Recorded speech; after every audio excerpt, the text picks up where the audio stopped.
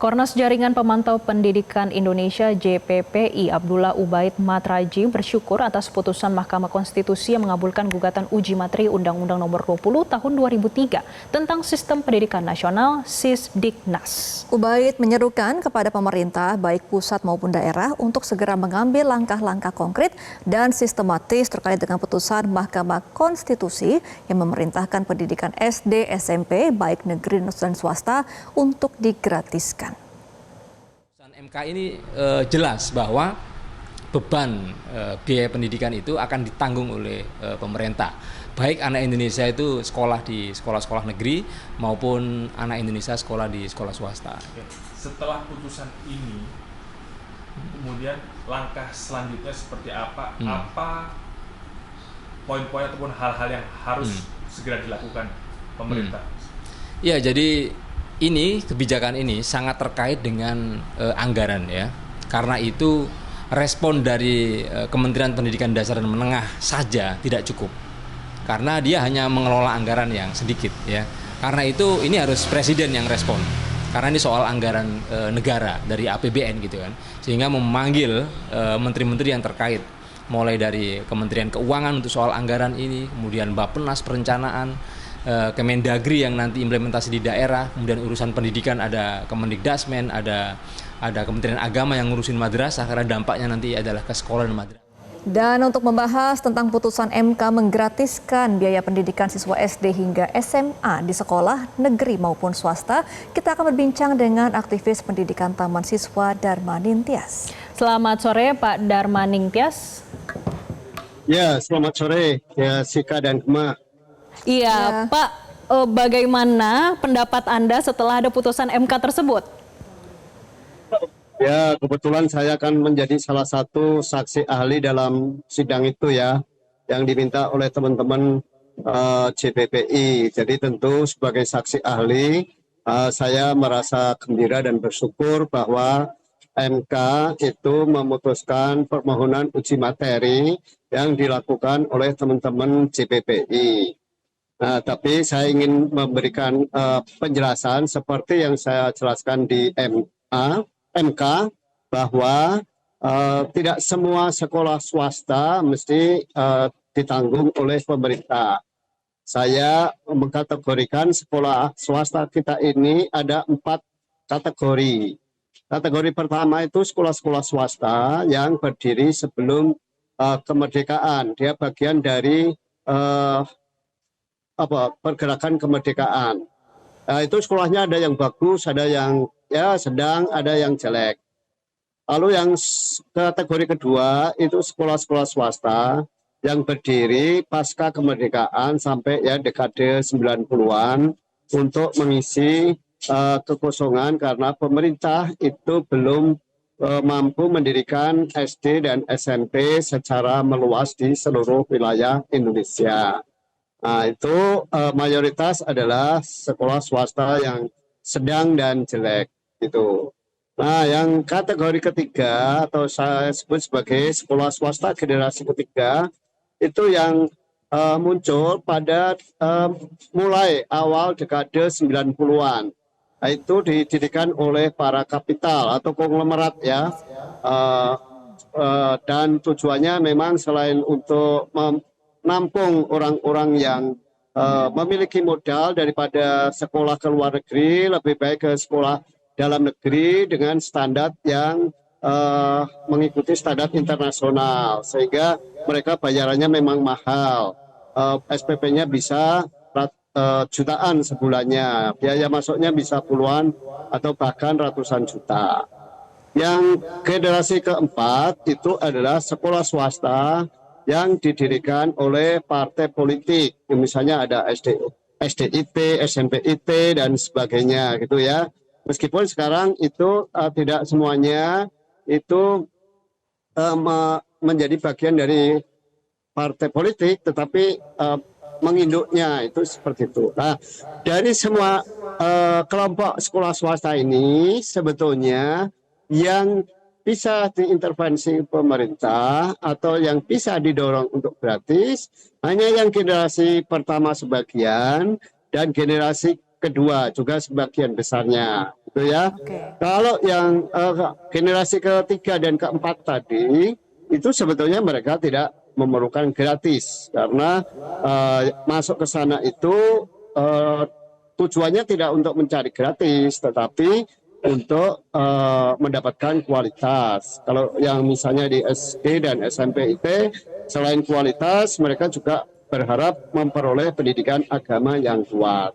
Nah, jadi tujuan kedua sekolah ini memang berbeda dengan generasi 1 dan generasi 2 tadi. Sehingga kalau ditanya sekolah swasta mana yang harus digratiskan, apakah semua sekolah swasta harus digratiskan? Jawabannya jelas tidak. Seperti yang sudah saya jelaskan, yang bisa digratiskan adalah sebagian sekolah swasta generasi pertama dan sebagian sekolah generasi swasta kedua. Yang generasi ketiga dan keempat itu tidak butuh gratis. Yang dibutuhkan mereka adalah fasilitas regulasi yang memungkinkan mereka lebih bebas, merdeka, mandiri, tanpa banyak diatur. Kira-kira seperti itu penjelasannya. Nah, Pak Dharma, ini kan sudah diketok oleh MK dan tinggal menunggu implementasi seperti apa dari MK ke pemerintah pusat. Nah, menurut Pak Dharma sendiri, sudah siap belum pemerintah pusat melalui Kemendikdasmen begitu ya untuk mengimplementasikan sebagian tadi untuk swasta digratiskan dan juga diberi bantuan operasional? Ya, sebetulnya seperti yang dikatakan oleh Ketua JPPI tadi, Ubaid, memang domain untuk mengatur anggaran itu bukan ada di Kementerian Pendidikan Dasar dan Menengah, tapi ada di Kementerian Keuangan. Oleh karena itulah saya kira usulan dari Ubaid itu sudah betul bahwa ini yang mengambil alih harus presiden, karena presidenlah yang bisa meminta kepada Bappenas, kepada Kementerian Keuangan, kepada kementerian-kementerian lain yang menggunakan anggaran pendidikan untuk legowo mengalihkan anggarannya untuk terselenggaranya pendidikan gratis, wajar 9 tahun secara gratis, terutama pada sekolah-sekolah swasta generasi pertama dan kedua tadi. Saat ini kan bantuan untuk sekolah untuk wajar di pendidikan dasar dan menengah di swasta itu kan cuma dana BOS. Nah, dana BOS memang sangat kecil, jadi tidak mungkin mampu menggratiskan murid-murid gitu. Karena itulah yang saya usulkan sebetulnya selain meningkatkan jumlah dana BOS, pemerintah juga saatnya mengembalikan bantuan guru PNS yang diperbantukan di sekolah-sekolah swasta itu. Kenapa? Karena sebetulnya mayoritas biaya operasional di sekolah itu adalah untuk gaji guru dan karyawan. Nah, kalau gaji guru dan karyawan sebagian bisa ditanggung oleh pemerintah, lalu ada dana BOS, maka sebetulnya itu bisa dapat menggratiskan murid. Dan itu yang sudah kami jalani di SMP yang kami kelola sejak tahun 2005. Ketika ada BOS, kami tidak memungut SPP kepada murid itu, karena memang murid-muridnya dari desa ya, sehingga kalau dipungut biaya mereka selalu keberatan. Dan itu bisa, tetapi waktu itu kami memiliki 8 guru DPK, guru negeri yang diperbantukan ke sekolah kami. Masalahnya sekarang adalah guru DPK itu mengacu pada Undang-Undang ASN itu tidak diperbolehkan lagi.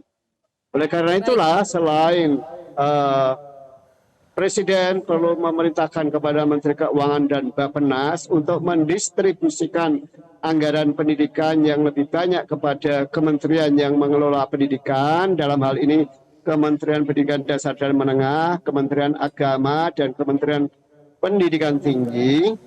juga undang-undang ASN-nya, terutama terkait dengan definisi ASN, itu perlu direvisi. Saat ini yang menjadi persoalannya adalah definisi ASN itu, bahwa ASN itu adalah pejabat pemerintah yang dipekerjakan di instansi pemerintah. Nah, ini yang membuat tidak bisa memberikan bantuan kepada sekolah-sekolah swasta. Ke depan ASN itu cukup dikunci pada ASN adalah pegawai pemerintah yang diangkat, digaji, dan diberhentikan oleh pemerintah. Kira-kira gitu solusinya.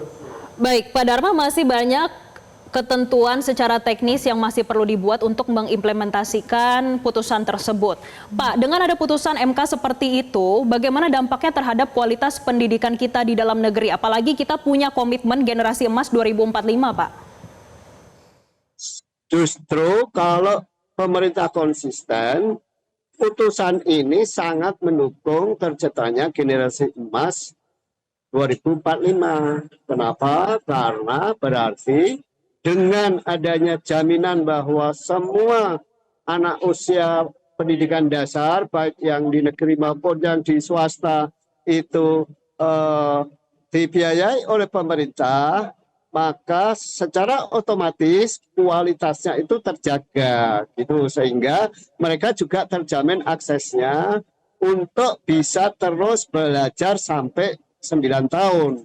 Itu. Tetapi kalau kondisi seperti sekarang yang tidak memberikan jaminan terhadap akses, apalagi kualitas, justru itu akan menjadi hambatan. Jadi putusan MK ini justru konsisten dengan visi pemerintah untuk mewujudkan generasi emas 2045. Oke, baik. Kita akan nantikan terus ya bagaimana implementasi ke depannya. Semoga ini bisa menjadi jalan keluar dan juga jawaban untuk para siswa-siswa di Indonesia agar bisa mendapatkan pendidikan wajib 9 tahun ke depannya. Terima kasih Pak Dharma Ningtya selaku aktivis pendidikan Taman Siswa sudah bergabung bersama kami. Selamat kembali beraktivitas, Pak Dharma.